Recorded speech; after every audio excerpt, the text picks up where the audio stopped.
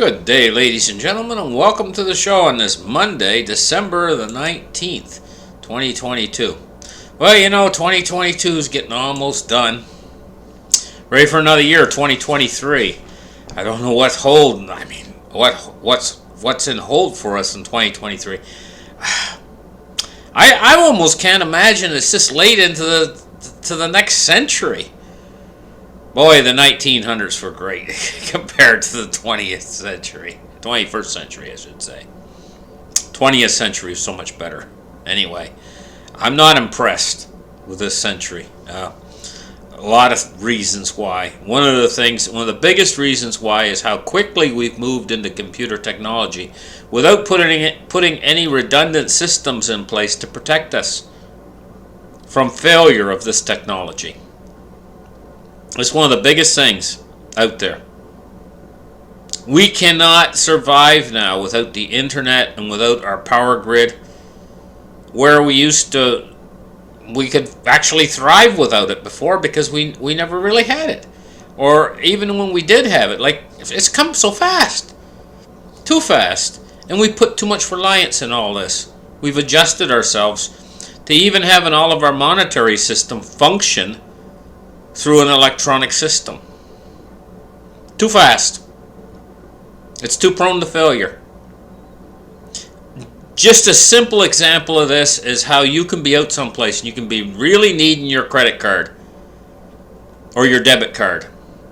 I mean, in a situation, maybe away from home, maybe someplace where you need to,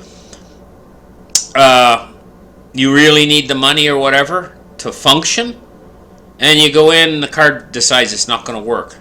And then you go on your phone to call the card company and find out why it isn't working and the phone doesn't work or whatever. I mean, it's just a system that's set up for failure, but that's only in a small way. And that's to give you an illustration how it can fail in a big way and leave everybody hanging. We've moved in it too fast. I want to get started now, and I'm going to talk about a few things. So let's get started. Let's open up the charts right here. Let's talk about Peter Schiff. He's been on top of things for years, but oftentimes they don't include him in different shows on television and in the mainstream. And when the man is right, he's right, and when they're wrong, they never admit that they're wrong. But he should be included more, I think, because he's been right so many times. And I think he's right again, but what's coming down the pike right now? I'm just going to look at some of the highlights here. He says wages are the price of labor, and prices are going up. He says eventually the Fed is going to stop fighting inflation when the recession gets much worse, and in fact when it becomes a financial crisis. This is exactly true, because what's happening is what the Fed is doing is slowing the economy down, that's all. It is having a very minor effect upon inflation, but it's only a very minor effect. It's causing something called disinflation, a little tiny bit of disinflation.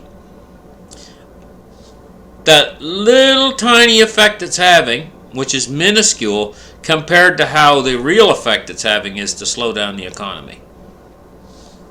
Eventually, it's going to move from a recession, or it is right now, it's in a recession. We've had 2 negative quarters.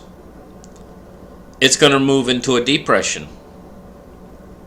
And then a financial crisis. And what are they going to do?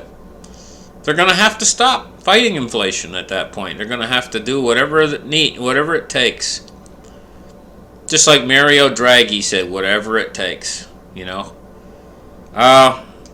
We're going to get in there. We're going to take a look at the markets.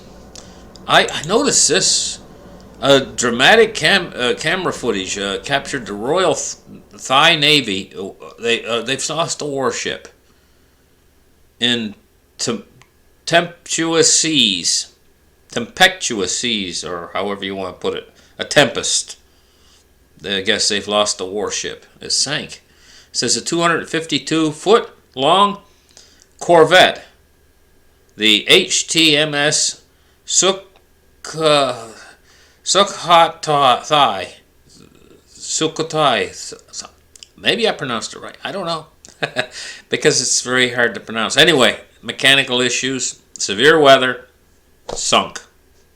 Anyway, so let's move on. We're going to take a look at silver today. 22.98. It's down 23 cents on the day so far. It's down when it shouldn't be down. Because I heard that the COMEX, they're running out of silver. The world is running out of silver right now. And it's near mining production cost. Not far off of mining production cost. Yet the price is dropping. Dropping a percentage point just today alone. That ain't right. Whenever something's in shortage, price should be going up. Here's the gold price, down $4 on the day at $17.89. We're going to take a look at crypto. And we're seeing the crypto price at 805 billions, 16,644, and 1,176 for Ethereum. Now, this morning, I'm going to include something new in my charts. I've dropped the MOVE index. I don't like the way that it's going and whatever with the MOVE index. I might include it later, but I've dropped it for now. And what I've added the S&P 500. Okay, so here's the Dow today. It's down 28 points. Let me refresh the page. Okay, it's down 50 points. 32,870 today. And now what we're going to take a look at is the S&P 500. And it's down 20 points on the day so far. Let me refresh the page. 21 points. It's 3,831 on the S&P 500 today. Now we're going to take a look at crude oil. And it's up $1.27 at $75.56 per barrel. Okay, we're going to take a look here at 5 years price of crude. Yeah, we can see it had a peak, 120 bucks this year, in the middle of this year. Now it's been falling off ever since. Previous peaks, let me see here. Whoops. Well, that's just 5 years. What's this peak here? 2008, 145 bucks. That's a high price for crude, I'll tell you. Anyway, let's move on. Take a look at bonds and rates. And I saw a low of the price of crude of negative $40. I'm going to tell you, a lot of people made money that day. People that had empty vessels that could be loaded with crude. Can you imagine? You get paid to take it. Just for one day only, that was for. That was a special. That was a red light special. You get in there in time, just like Kmart's used to have I think it was a blue light special at Kmart's, and they used to say, blue light special, come get it. And they'd have a wagon there full of some product or something, and everybody would come to that spot in the store to get the special price. I used to do that. I don't think they do that at Walmart. Too bad Kmart's are gone. Kmart's was a great store. But there was a period in time there, when Kmart's existed alongside Walmart's. I think it was back around maybe 1995 or something like that. But they both existed still alongside one another. Kmart's and Walmart's. The Marts. I guess Walmart just kind of drove everybody else out of business with a little bit better prices or whatever. And I think that was probably intentional. I'm just guessing about that, though. Just what I think. Anyway, 30-year Treasury today is 3.6. And it's up 11 basis points. And we're looking at the U.S. 10-year, and it's up 11 basis points at 3.59.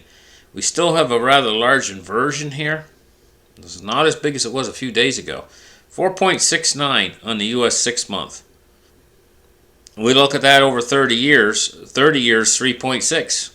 So you can get a lot higher rate of interest on a shorter term loan, which is an inversion in the yield curve, which is a massive indicator for a recession.